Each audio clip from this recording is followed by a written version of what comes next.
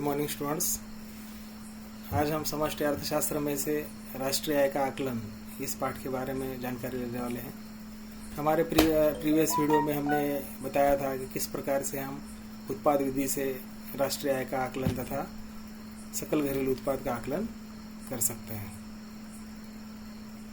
आज हम वह विधि के द्वारा किस प्रकार से राष्ट्रीय आय का आकलन करते हैं उसका जानकारी प्राप्त करेंगे, जिसमें एक लेखा वर्ष के दौरान घरेलू सीमा के अंदर उत्पादित अंतिम वस्तुओं पर किए गए व्यय का अनुमान बाजार कीमत पर सकल घरेलू उत्पाद के बराबर होता है और इसमें यदि विदेशों से प्राप्त शुद्ध कारक आय को जोड़ा जाता है तो हमें राष्ट्रीय आय प्राप्त होती है। तो राष्ट्रीय आय को प्राप्त करने के लिए हमें व्यय विधि के द्वारा 4 घटकों की आवश्यकता है, जिसको हम कहते हैं GDP-MP बराबर C plus I plus G plus X minus M। GDP-MP का मतलब क्या है हमने पहले भी पढ़ा है, जिसमें सकल घरेलू उत्पाद जो बाजार कीमत पर है। GDP-MP मतलब क्या है? सकल घरेलू उत्पाद बाजार कीमत पर, जो किसके बराबर होते हैं? जो निजी अंतिम उपभोग व्यय, सरकारी अंतिम उपभोग व्यय और सकल घरेलू पूंजी निर्माण तथा शुद्ध निर्यात इसके बराबर होते हैं। तो आज हम इन 4 घटकों के बारे में अध्ययन करेंगे, जिसमें C जो दिया गया है वो क्या है? निजी अंतिम उपभोग व्यय है, जो क्या बताता है? व्यक्ति और परिवारों तथा गैर लाभ वाली निजी संस्थाओं या फिर सेवा संस्थाओं द्वारा अंतिम वस्तुओं द्वारा सेवाओं पर किए गए व्यय को दर्शाता है। जो दूसरा कंपोनेंट है वो क्या है? सकल घरेलू पूंजी निर्माण है, जिसको हम क्या कहते हैं? निवेश व्यय भी कहते हैं। निवेश व्यय यह क्या है? ग्रॉस डोमेस्टिक कैपिटल फॉर्मेशन है, जिसको हम GDCF भी कहते हैं। सकल घरेलू पूंजी निर्माण यह 2 प्रकार से हम निकाल सकते हैं। सकल घरेलू पूंजी निर्माण बराबर सकल घरेलू स्थायी पूंजी निर्माण प्लस माल सूची निवेश। अब ये जो स्थायी पूंजी निर्माण है ये क्या है? स्थायी पूंजी मतलब क्या है? जो पूंजी हम उत्पादन की प्रक्रिया में शुरुआती स्थिति में निवेश करते हैं, उत्पादन करे या ना करे फिर भी वो उत्पादन में क्या है? रहती है, स्थायी रूप में रहती है, उसको हम क्या कहते हैं? स्थायी पूंजी कहते हैं। तो सकल घरेलू स्थायी पूंजी, और उसमें यदि हम माल सूची निवेश ऐड करते हैं। माल सूची निवेश का मतलब क्या है? स्टॉक में परिवर्तन। तो जो स्टॉक में परिवर्तन है वह अगर हम सकल घरेलू स्थायी पूंजी निर्माण में जोड़ते हैं तो हमें क्या मिलता है? सकल घरेलू पूंजी निर्माण मिलता है। तो जो सकल घरेलू पूंजी निर्माण है वह और दूसरे तरीके से भी हम निकाल सकते हैं। यदि हमें सकल की जगह पर शुद्ध घरेलू स्थायी पूंजी निर्माण दिया गया है, क्या दिया गया है? शुद्ध घरेलू स्थायी पूंजी निर्माण। तो जब हमें शुद्ध मिलता है तो शुद्ध में हमें क्या निकालना पड़ेगा? मूल्यह्रास जोड़ना पड़ेगा। जब हम शुद्ध में मूल्यह्रास जोड़ते हैं तब वो क्या हो जब बन जाता है? सकल बन जाता है। मतलब क्या है? नेट प्लस डिप्रिसिएशन बराबर क्या हो जाएगा? ग्रॉस हो जाएगा। और बाकी आगे एज इट इज रहेगा, जो क्या है? माल सूची निवेश हम उसमें जोड़ते हैं। तो माल सूची निवेश क्या है? तो उसको हम डेल्टा एस भी कहते हैं, स्टॉक में परिवर्तन, जो आगे चल के हम पढ़ने वाले। स्टॉक में परिवर्तन मतलब क्या है? अंतिम स्टॉक में से प्रारंभिक स्टॉक क्या करते हैं? माइनस करते हैं। तो स्थायी पूंजी निर्माण से क्या तात्पर्य है? तो स्थायी पूंजी निर्माण हम किस प्रकार से ज्ञात करेंगे? तो उसके लिए दिया गया है कि 3 कंपोनेंट हम उसमें जोड़ेंगे। पहला कंपोनेंट क्या है? व्यावसायिक स्थायी निवेश है। उसमें हम क्या जोड़ेंगे? परिवारों द्वारा रियायती मकानों के निर्माण पर किया गया स्थायी निवेश। और तीसरा क्या है? सार्वजनिक या सरकार द्वारा किया गया स्थायी निवेश। इसका मतलब कुल अर्थव्यवस्था में जितना भी स्थायी निवेश किया जाता है, जैसे कि सड़क तथा पुलों का निर्माण, ये सभी जो स्थायी निवेश है ये तो परिवारों के द्वारा या फिर व्यावसायिकों के द्वारा या फिर सार्वजनिक या फिर सरकार के द्वारा जो भी स्थायी निवेश किया जाता है वो पूरी तरह से क्या है? अर्थव्यवस्था में किया गया स्थायी पूंजी निर्माण या फिर निवेश है। हमने पहले ही देखा था कि स्टॉक में परिवर्तन ये क्या है? ये संकल्पना अंतिम स्टॉक में से प्रारंभिक स्टॉक माइनस करने से जो प्राप्त होती है वो हमारे लिए क्या है? स्टॉक में परिवर्तन है। उसमें जो हमने G देखा, G क्या है? गवर्नमेंट फाइनल कंजम्पशन एक्सपेंडिचर, जिसको हम क्या कहते हैं? सरकारी अंतिम उपभोग व्यय। तो सरकार द्वारा जो अंतिम वस्तुओं तथा सेवाओं पर किया जाने वाला व्यय है। तो सरकार बहुत सारी सार्वजनिक सुविधाएं प्रदान करती है। तो सार्वजनिक सुविधाओं का निर्माण करने के लिए उसे जो खर्च करना पड़ता है, जो व्यय करना पड़ता है, वो किस में जाता है? सरकारी अंतिम उपभोग व्यय में जाता है। जैसे कि शिक्षा है, स्वास्थ्य है, सेना पर किया गया खर्च है, ये सभी जो खर्च है उसको हम किस में डालते हैं? G में डालते हैं। चौथा जो कंपोनेंट है वो क्या है, शुद्ध निर्यात है। यहाँ पर जो शुद्ध निर्यात है जिसको हम नेट एक्सपोर्ट कहते हैं वो क्या है, निर्यात का शुद्ध है। इसका मतलब निर्यात में से हम क्या निकाल देते हैं, आयात निकाल देते हैं। तो जब एक्सपोर्ट माइनस इंपोर्ट होता है तो हमें क्या मिलता है, नेट एक्सपोर्ट मिलता है। यदि हमें शुद्ध निर्यात की जगह पर शुद्ध आयात दी गई है तो इसका मतलब क्या हो जाता है, आयात में से निर्यात वजह करने के बाद जो बचता है वो क्या हो जाता है, शुद्ध आयात बचता है। तो जिसके भी पीछे शुद्ध लगाया जाएगा तो वो क्या है, पहले लिया जाएगा। जैसे शुद्ध निर्यात है तो निर्यात माइनस आयात, यदि शुद्ध आयात है तो क्या होगा, आयात माइनस निर्यात। इस प्रकार से हम इन 4 कंपोनेंट को यदि जोड़ते हैं तो हमें क्या मिलता है, बाजार कीमत पर सकल घरेलू उत्पाद, जिसको हम क्या कहते हैं, जीडीपी एमपी कहते हैं। तो बाजार कीमत पर सकल घरेलू उत्पाद ये किस किस के बराबर है, निजी अंतिम उपभोग व्यय सी, सकल घरेलू पूंजी निर्माण आय, सरकारी अंतिम उपभोग व्यय जी, और शुद्ध निर्यात। इन चारों को अगर हम जोड़ते हैं तो हमें जो पहला कंपोनेंट मिलता है वो क्या है, जीडीपी एमपी है। तो व्यय विधि के द्वारा यदि हमें जीडीपी एमपी निकालना है तो इन चारों को क्या करना है, एक साथ जोड़ना है। अब इसमें जो है निजी अंतिम उपभोग व्यय, सरकारी अंतिम उपभोग व्यय ये सीधा दिया जाएगा, शुद्ध निर्यात दी जाएगी या फिर आपको निर्यात और आयात दिया जाएगा। लेकिन केवल इसमें कठिन क्या है, सकल घरेलू पूंजी निर्माण, ये आपको सीधा दिया जाएगा। नहीं दिया जाने से क्या करना पड़ेगा, स्थायी पूंजी निर्माण में स्टॉक में परिवर्तन जोड़ के उसको हम क्या कर सकते हैं, प्राप्त कर सकते हैं।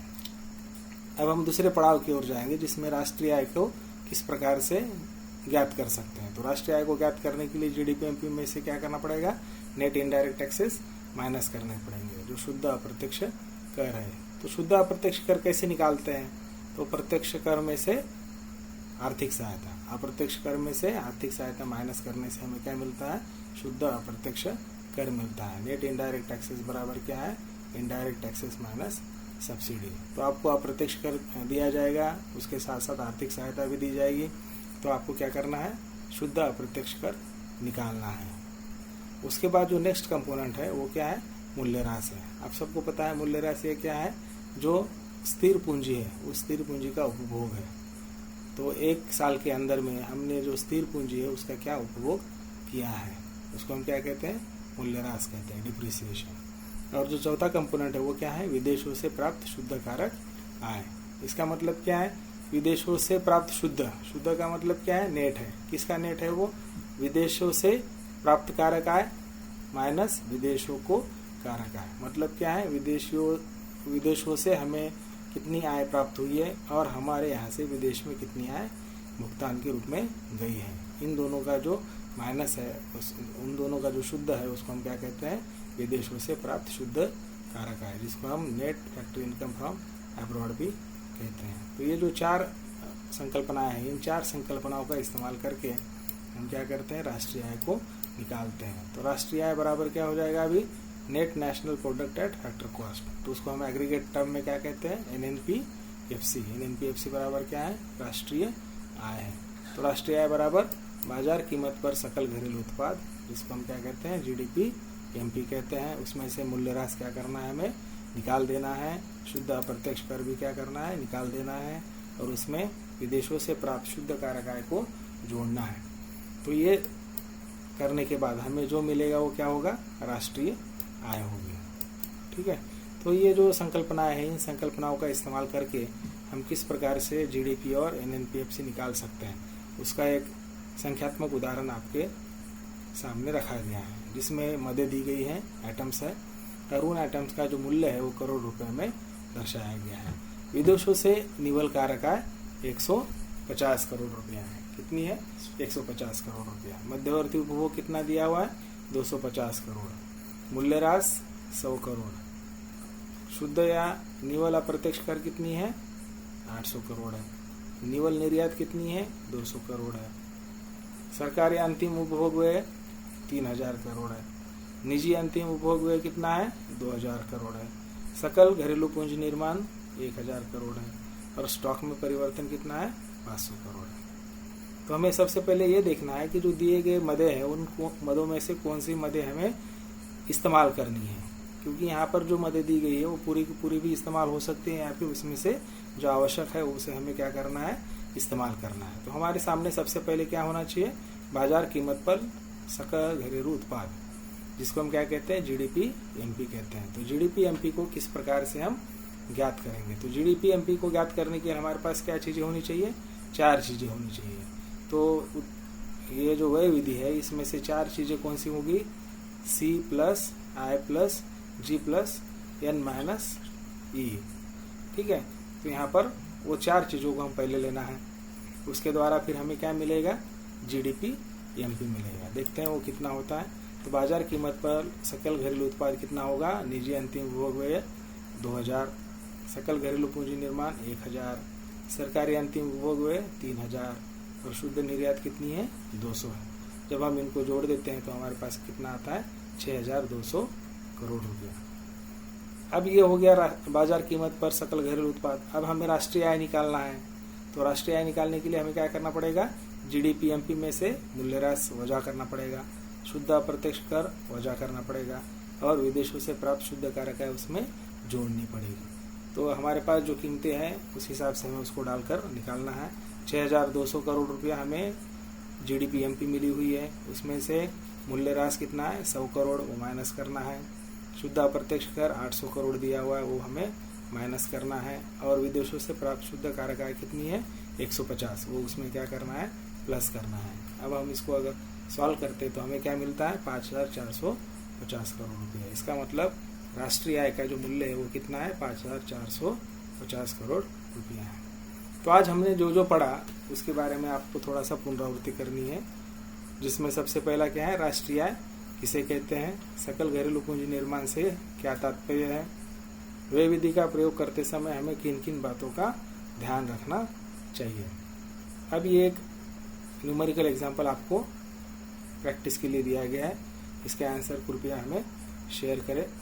जिसमें विदेशों से निवल कारक आय कितना है, 250, आयात 300, मूल्यह्रास 400, एनआईटी कितनी दी हुई है, 900 करोड़, निर्यात 500 करोड़, सरकारी अंतिम उपभोग व्यय 4000 करोड़, निजी अंतिम उपभोग व्यय 3000 करोड़, सकल घरेलू पूंजी निर्माण 2000 करोड़ और स्टॉक में परिवर्तन कितना दिया गया है, 600 करोड़। आपको ये जो मदें दी गई हैं इसका इस्तेमाल करके हमें सबसे पहले क्या निकालना है, जीडीपी एमपी और उसके साथ ही साथ एनएनपी एफसी भी उससे निकालना है। तो आशा है आप सब इसको सॉल्व करेंगे और इसको और अधिक विस्तृत जानकारी के लिए आपको निम्नलिखित वेबसाइट पर भी जाकर भेंट देनी है, जिसमें से पहली क्या है, http://cbscacademic.nic.in web/super_material/4_2_hindi_B.pdf। ये जो है सीबीएसई के एकेडमिक वेबसाइट पर जाना है, वहाँ पर आपको इसके संबंधित अतिरिक्त मटेरियल भी आपको मिल जाएगा। इसके अलावा एक यूट्यूब चैनल है जिसके पर भी आपको और विस्तृत जानकारी मिल सकती है, https://YOUTU.B/4CEQIU_3CT7IQY CV। तो आप यहाँ पर जाकर भी अतिरिक्त जानकारी ले सकते हैं। आज के लिए इतना ही।